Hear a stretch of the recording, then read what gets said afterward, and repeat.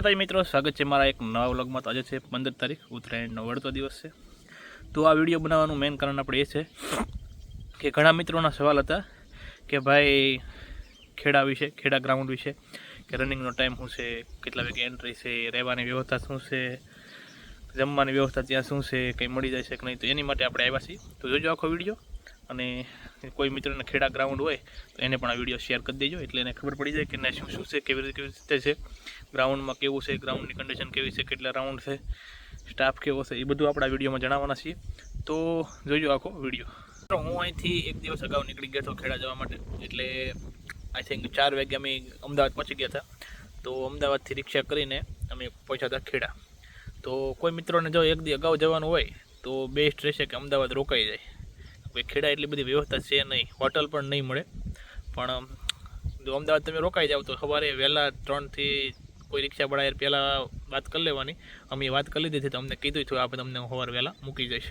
400 થી 500 રૂપિયા લઈ છે ખેડા સુધી, 40 કિલોમીટર થાય અમદાવાદથી ખેડા, તો 400 થી 500 રૂપિયા લઈ છે। જો 2-3 જણા હોવ મિત્રો તો અમદાવાદ રોકાઈ જવાનું, સવારે વહેલા નીકળી જવાનું। ટ્રાફિક એટલું બધું આવતું નથી, એટલે કલાકમાં પહોંચાડી દે તમને ગ્રાઉન્ડથી। અને જો ન જવું હોય તો ખેડા પહોંચી જવાનું। ખેડા પહોંચીને ગ્રાઉન્ડે જવાનું। ગ્રાઉન્ડે ત્યાં જે રહેવાનું જમવાનું જે છે એ લોકોએ પોતાના હોર્ડિંગ મારેલા છે, પોતાના પોસ્ટર છાપેલ ત્યાં ગ્રાઉન્ડની બહાર જ લગાવેલા છે। મને ફોટો પાડતા ભૂલાઈ ગયું, અને ઉતારવામાં બધું એ કરતાં ભૂલાઈ ગયું છે। તો ગ્રાઉન્ડની બહાર જશો એટલે ગ્રાઉન્ડે જશો એટલે તમને બધું મળી જશે કે ક્યાં રહેવાનું છે, ક્યાં જમવાનું છે, શું શું છે। તો એ પણ તમે કરી શકો છો। અને જો કોઈ ભાઈ ખમી એક એમ હોય પૈસાનો ખર્ચો, તો આગળ એક હોટલ પણ છે, 4-5 કિલોમીટર થાય છે, ગુરુ નાનક હોટલ કરીને સર્ચ કરજો એટલે આવી જશે, હાઈવે ઉપર છે। તો એ હોટલ પણ સારી છે, તો તમે ત્યાં પણ જઈ શકો છો। તો રહેવા જમવાનું પતાવ્યું, હવે આવ્યું છે ગ્રાઉન્ડ વિશે। તો મિત્રો ગ્રાઉન્ડમાં એવું છે કે વહેલા તે પહેલાંના ધોરણે જે વહેલા જાય એનો પહેલો વારો લઈ લે। એને ગમે એમ પહેલાં 200 જણાને દોડાવવાના હોય છે, એટલે તમારો ટાઈમ 7 વાગ્યાનો હોય, 8 વાગ્યાનો હોય, 6 વાગ્યાનો હોય, ગમે એ ટાઈમ હોય, જે વહેલા જશે એને પહેલાં દોડાવશે। તો હું પહોંચી ગયો તો 4 વાગે, તો 4 વાગે એન્ટ્રી ચાલુ થઈ ગઈ હતી। તો પહેલાં એન્ટ્રી ચાલુ થાય એટલે હોલ ટિકિટ અને કોલ લેટર અને તમારું જે આઈડી કાર્ડ હોય છે, જેમ કે આધાર કાર્ડ છે, પાન કાર્ડ છે, ચૂંટણી કાર્ડ કે ડ્રાઇવિંગ લાઇસન્સ છે, એનાથી તમને એન્ટ્રી આપે છે। તો અંદર જઈ અને પહેલાં તો જોઈ લેવાનું આપણે આજ છે ખેડા છે, નડિયાદ નથી, કારણ કે નડિયાદ ગ્રાઉન્ડ આપેલું છે, એટલે ખેડા હેડક્વાર્ટર, ખેડા કેમ્પ એ જોઈ લેવાનું। પછી અંદર એન્ટ્રી આપે છે, અંદર એન્ટ્રી આપીને થોડી વાર બેસાડે છે, બાથરૂમ જવા દે છે, એકી પાણી કરી જ લેવાનું બહાર, કારણ કે ગ્રાઉન્ડની અંદર એક એન્ટર થયા પછી અંદર કોઈ જાતની વ્યવસ્થા નથી। પીવાના પાણીની છે, પણ એ તમને રનિંગ પૂરું થાય પછી જ પીવા દે છે। તો સ્વેટર ને એવું તમને પહેરવા દે છે ગ્રાઉન્ડમાં જાઓ ત્યાં સુધી, એટલે એનો વાંધો નહીં, સ્વેટર પહેરી રાખવાનું। રનિંગ ચાલુ થાય એનીથી 5 મિનિટ પહેલાં તમને સ્વેટર કઢાવવા દે, એક બાજુ મૂકવા દે છે, એટલે એનો વાંધો નહીં। એટલે બહાર બેહાડીને પછી લાઇનમાં 10-10 ને શેષ નંબર આપે છે, શેષ નંબર આપીને પછી અંદર લઈ જઈને પગે ચીપ બાંધે છે, એટલે ચીપ બાંધી દઈ, ચીપ બાંધ્યા પછી તમને એ કે એમ કરવાનું, પછી એકી પાણી નહીં જવાનું, પાણી પીવા નહીં જવાનું, ચીપ બાંધ્યા પછી કંઈ કરવાનું જ નહીં। ચીપ બાંધીને પછી તમારા ફોટા પાડશે, ફોટા પાડીને તમને રબર બેન્ડ આપશે, રબર બેન્ડ આપીને શેષ નંબર વાઇઝ બેસાડશે। પછી શેષ નંબર વાઇઝ બેસાડીને થોડી સૂચના આપશે નોર્મલ, અને આગળ જઈને પછી તમારું સ્વેટર કાઢવાનું, સ્વેટર કાઢીને એક સાઈડ બધાને ઢેગલો કરાવી દેશે, પછી ગ્રાઉન્ડમાં લાઇનમાં ઊભા રાખી દેશે, પછી રનિંગ ચાલુ થઈ જશે।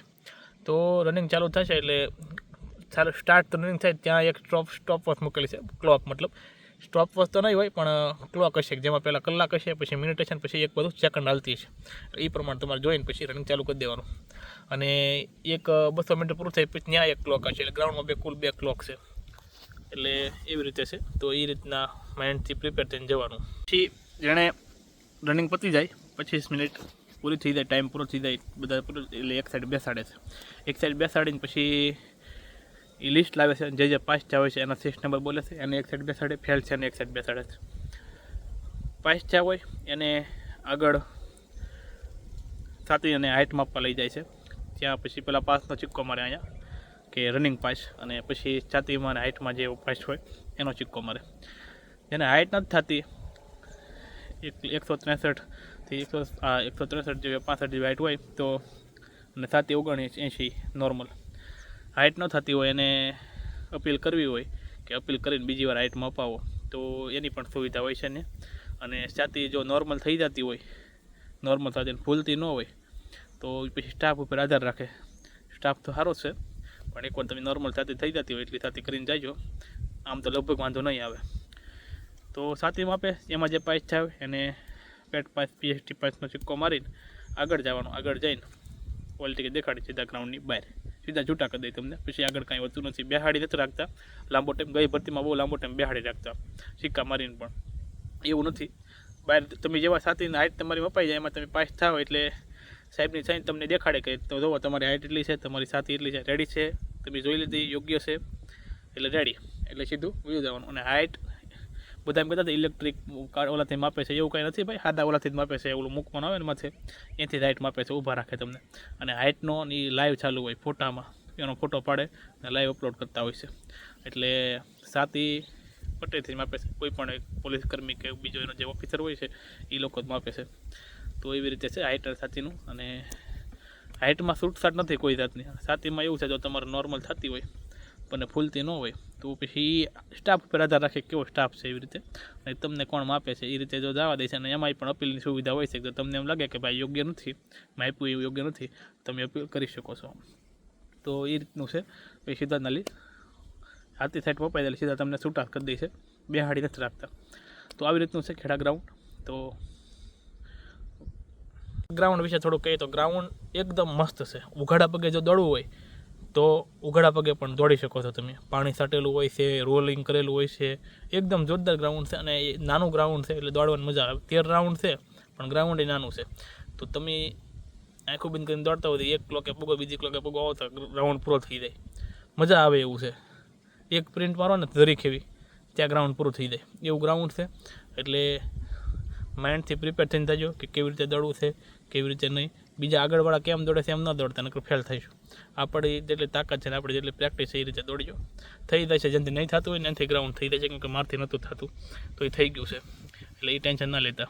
તો એટલું જ કહેવાનું કે મારે જેને ગ્રાઉન્ડ હોય થતું ના હોય તો એ લોકો વહેલા જાય, 4 વાગ્યાના પહેલાં રાઉન્ડમાં દોડી લે. કેમ કે પહેલાં ખેડા એના પોલીસવાળા કહેતા હતા કે આટલા દિવસ તમે ગ્રાઉન્ડ લઈએ છીએ પણ રેશિયો જે પહેલી મેચમાં થાય સૌથી વધારે છે.